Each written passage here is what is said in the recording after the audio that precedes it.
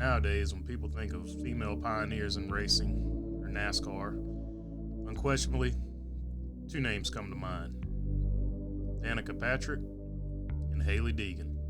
That's due to two things, mainly. Recency bias being one, and the sport, despite what a lot of people believe, being more mainstream than it's really ever been. Some veterans of the sport will throw out names like Joanna Long, Shawna Robinson, Patty Moise, Janet Guthrie, or whoever. But before Hailie, Danica, Shawna, Patty, or even Janet, there was a first female pioneer, a first lady of racing. This is the story of Louise Smith. She went to her first race in 1947 at the Daytona Beach Road Course as a fan. At this moment, she decided being a fan wasn't for her. See, she was no normal fan, and Bill France, who was looking for a girl to run with the boys, found one in Louise Smith, who had outrun every lawman in Greenville, South Carolina. And in a term thrown around very loosely today, Louise Smith was an actual outlaw. You see, legend has it that she not only decided to not be a race fan that day at that first race she went to, but she also got the car that they drove to that race in and decided to race it. And in true Louise Smith fashion, she wrecked the car, rolling it multiple times. In fact, the story of that incident reached her hometown newspaper in Greenville, South Carolina, before the Smiths themselves actually got back.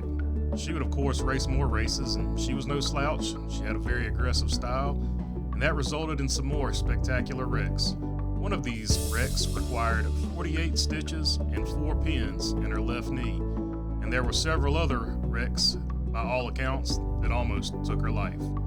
Those, of course, weren't the only pressures of the 40s and 50s. There were also social pressures for women not to race and be in more traditional roles. But for Smith and other trailblazers of the era like Ethel Mobley and Sarah Christian, with the support of a forward-focused promoter like Bill France Sr., they were able to soldier on and continue racing.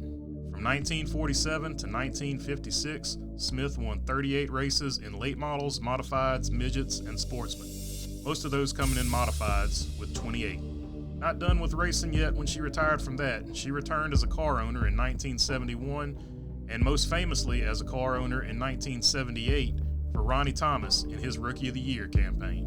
There was more glory to be had post-racing career for Louise Smith. In 1999, she was the first lady of racing once again. She became the first female to be nominated and inducted into the International Motorsports Hall of Fame.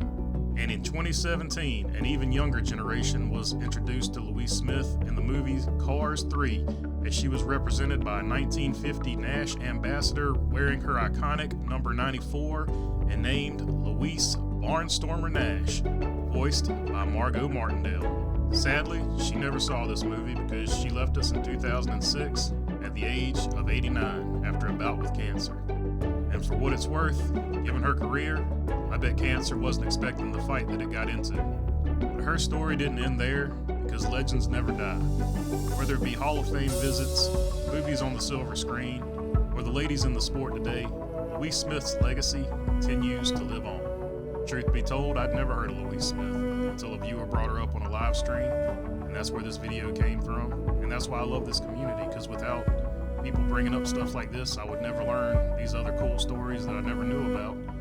And it was really cool learning about Louise Smith. I hope you all enjoyed it as well. And I'm really backed up. This one took forever to get out, so hopefully I'll get the rest of these requests out a little quicker.